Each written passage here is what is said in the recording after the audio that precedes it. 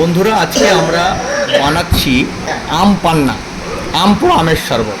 এই যে আম পোড়াটা, যেটা আম পোড়া আমাদের কাছে আছে, সেটা আমরা জলে ভালো করে মিশিয়ে নেব। বন্ধুরা, এখন আমরা খটখট খটখট করে মেশাচ্ছি। বিট নুনটা এটাতে দিয়ে দাও কবিলবাবু।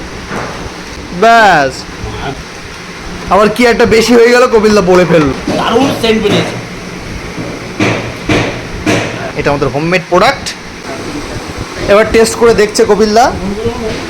কপিলদার এই নিয়ে টেস্ট করতে করতে 4 গ্লাস হয়ে গেল। এবার আমাদের ফাইনাল প্রোডাক্ট যেটা এলো সেটা হচ্ছে এরকম। আমরা এটা আমাদের টেস্টারের হাতে তুলে দিচ্ছি, সে খেয়ে বলবে। তার বলুক। কপিলদা এখনো পর্যন্ত গ্লাস হাতে নিয়ে বসে আছে, কিন্তু মাল শেষ, আমরা দিতে পারলাম না। আর পাচ্ছি না, আর ফেলে আরো ভালো।